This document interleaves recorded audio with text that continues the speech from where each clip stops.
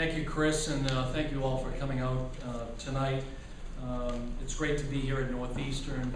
It's great to see some familiar faces in the audience, and it's great to have the opportunity to address you on some of the key initiatives that the City of Boston is undertaking to make Boston one of the most sustainable cities in the country, if not the world. Barry is in Israel, the mayor is in Italy. I tell you that I declined the Israel trip and the Italy trip to be with you here tonight. True story on the Israel trip, the mayor did not offer to take me to Italy with him.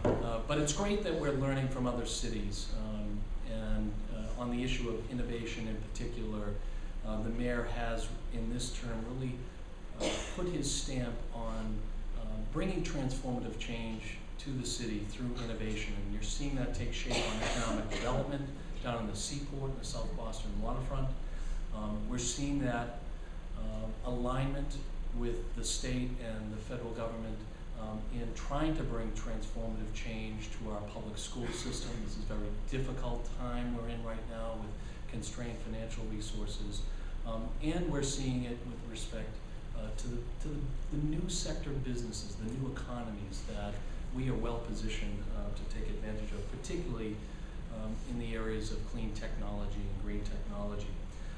Chris mentioned the word sustainability, and perhaps I'll start with my introductory comments in terms of what the city's approach is on that very topic. I mean, I think sustainability is one of those words that gets thrown around a lot these days without a clear understanding or appreciation for what sustainability means.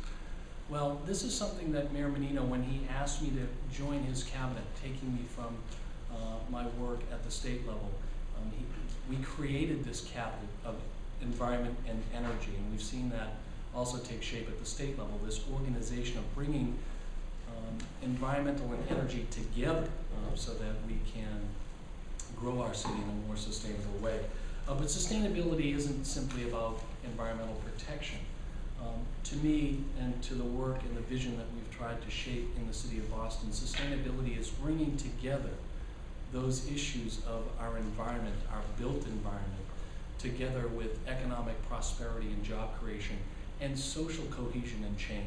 And that is the transformation and innovation that we are trying to develop, and I think are seeing great success today, finally coming together in the issues of making Boston a more sustainable city. So bringing those three issues really to the vortex of what we're trying to do for our people, for our planet, and for the future prosperity of Boston.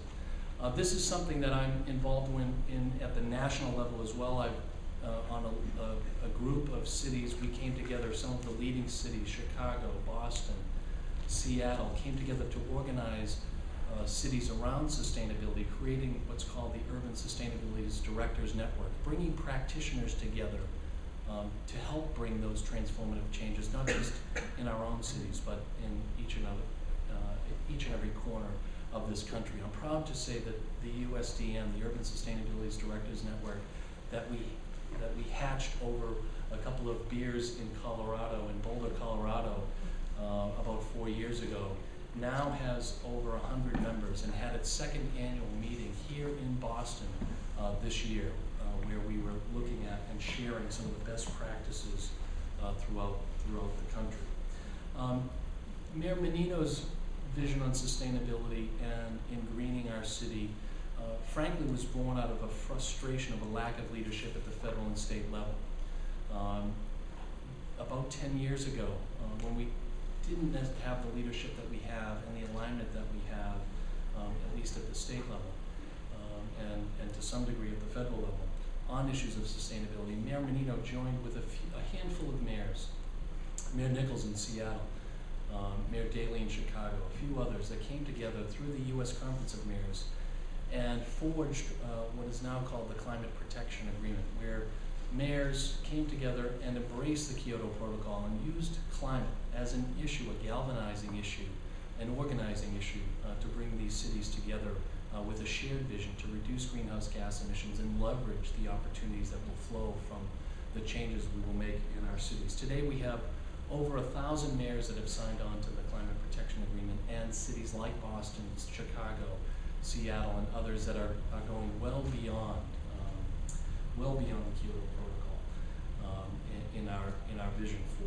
for our cities.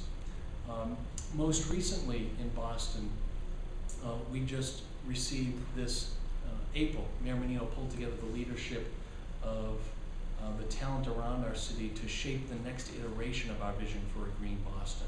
And this is our Sparking Boston's Climate Revolution report, which not only sets a goal of a 25% reduction in greenhouse gas emissions by 2020, but maps out every single strategy that we need to employ to get to that level of reduction. In addition, the Climate Action Leadership Committee, which was made up of businesses and residents and CEOs and academics. We had people like Jim McCarthy from Harvard University, a leading climate scientist, on the leadership committee, and others like Stephanie Pollock, one of Northeastern's very own, who's working in the Dukakis Center here with the team, help us develop these strategies to reduce our carbon footprint, to leverage the opportunities and the economic opportunities around a green economy, and to prepare our city to be more resilient to the changes that we are going to face, and we're certainly already seeing the effects. Let me talk to you about some of our leading strategies. In Boston, 74% of our greenhouse gas emissions come from buildings. The energy used to heat, power, cool, light, the electronics that we use in an everyday setting. We are a dense city, so we have a great bones of a sustainable city with our dense development, our transit infrastructure. It's really for us about the buildings, not unlike cities along the East Coast, cities like New York, where that percentage is even higher. So in 2004, we actually laid out a green building vision for Boston. We pulled together practitioners that came up with the Green Building Action Plan that led to Boston being the first city in the nation to incorporate the U.S. Green Building Council's LEED standards into our zoning. This was at a time when people didn't know what green buildings were. When you talked about green buildings in Boston, they thought you were talking about the Green Monster at Fenway Park. The LEED rating system was in its infancy, and today we've seen the transformative change that the U.S. Green Building Council has brought to the issue of building development. Today there isn't a building built in Boston that isn't required by zoning to meet the LEED standards as a baseline, but property developers and owners across the city are reaching even higher, well above what we would expect. This is the kind of process that we're working with the Urban Sustainability Directors Network and a group called ICLEI through a STAR Community Index. They are developing a national index for cities to rate themselves and to share best practices around sustainability. We want to codify what it means to be a sustainable city, not just in the areas of environment or buildings, but in areas around our economy and around our social issues that affect our cities, around issues like education and others.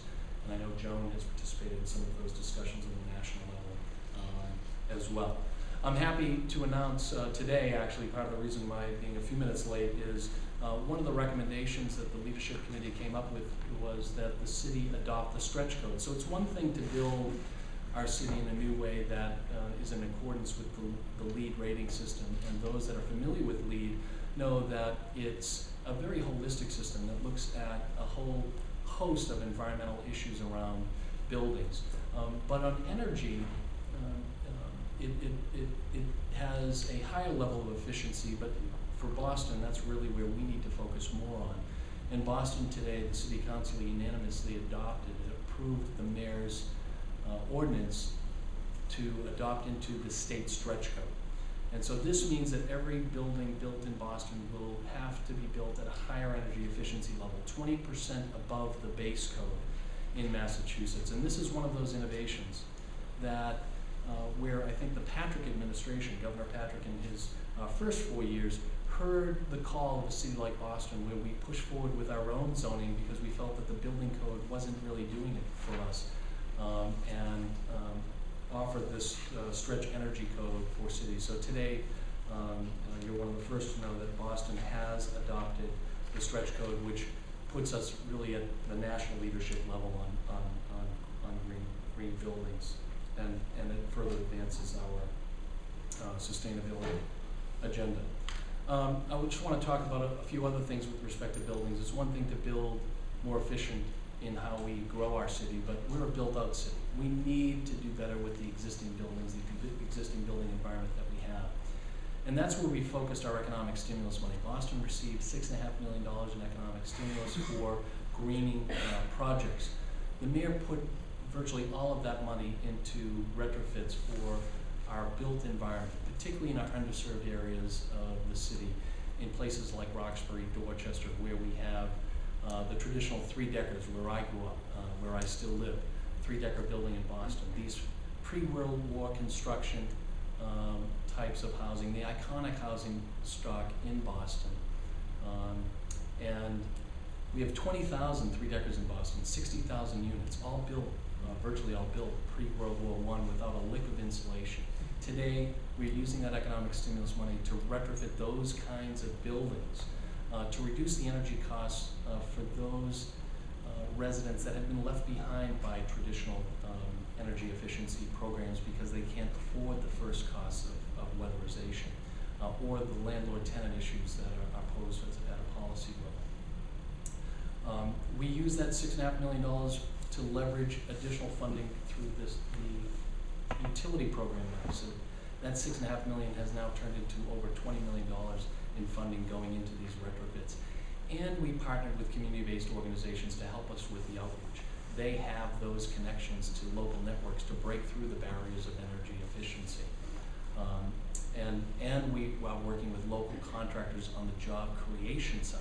So this, to me, really emulates what sustainability is all about. Reducing our carbon footprint, reducing the environmental impacts in our city, bringing lower energy costs to a population that is struggling to make ends meet. And at the same time, creating local jobs in the neighborhood with locally based networks to bring transformative change in the marketplace. And the utilities and even our state partners had some doubts as whether our Renew Boston could really break through these barriers on energy efficiency. These are not new barriers, these are old. Anecdotally, I heard today that in Chinatown, we had our first outreach effort. 67 small businesses were contacted in Mandarin. These are businesses that have not been touched by energy efficiency and have a lot of pre-weatherization and other challenges as it relates to energy efficiency. Of those 67, 55 of those businesses are moving forward with energy efficiency retrofits under our Renew Boston program.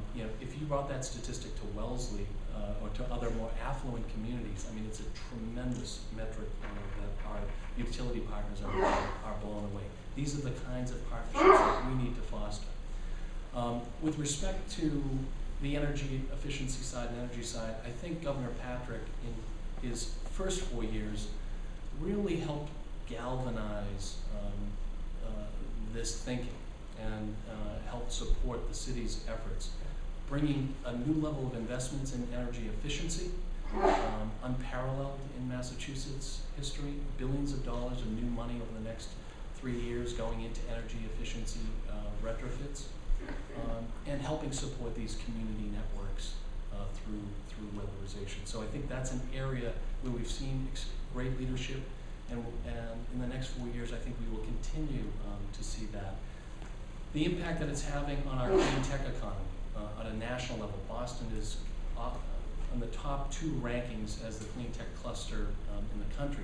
That's largely due to the MITs and the Harvards and the Northeasterns and other academic institutions, the knowledge-based economy that we have here, the innovation economy and the financial backing. But what we're seeing now with this new level of investments at the state level and city level and federal level is that these clean tech startups are staying, that they're not only innovating the ideas in the lab space at MIT, but they're keeping their businesses here and they're growing their businesses here. And so we are focused on the Innovation District in Boston and bringing clean tech incubators down to the South Boston waterfront to leverage that opportunity. Let me just outline a couple of ideas in terms of key issues moving forward. I think Governor Patrick and the City of Boston have rightly been focused on energy and energy efficiency as the low-hanging fruit, the great opportunity to leverage this triple bottom line approach to sustainability, making our environment cleaner, improving our economy, and helping the residents and businesses of Boston. I think in the next 4 years, some areas that need added attention, that arguably the state and the city, in partnership with our federal government, need to move forward a little bit more aggressively on. That is in the area of transportation. Secretary Mullen in Massachusetts has outlined a great green dot vision for Massachusetts to green our transportation infrastructure in Massachusetts. President Obama has brought together for the first time sustainability amongst his cabinet. But in terms of where the investments are being made, that's where we need to see added focus in transportation. Fixing our mass transit infrastructure, particularly on the financing, the bones of what makes Boston work for its residents and what works for our economy is the MBTA, but for too long, for too often, it has been left behind with respect to the fiscal sustainability of our transit infrastructure.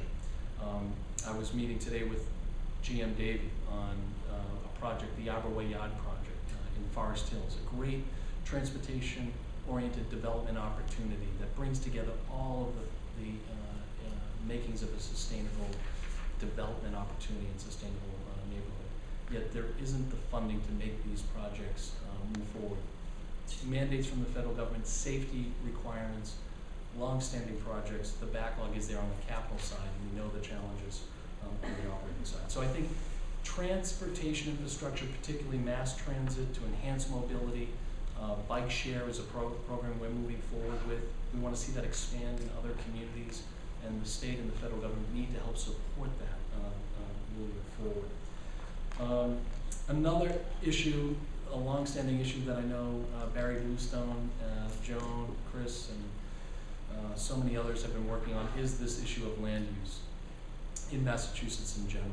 You know, how do we encourage additional density in cities like Boston and other edge cities and gateway cities without the sprawl and again that relates back to transportation investments in particular. And then lastly, an issue that's near and dear to Boston is the issue of adaptation.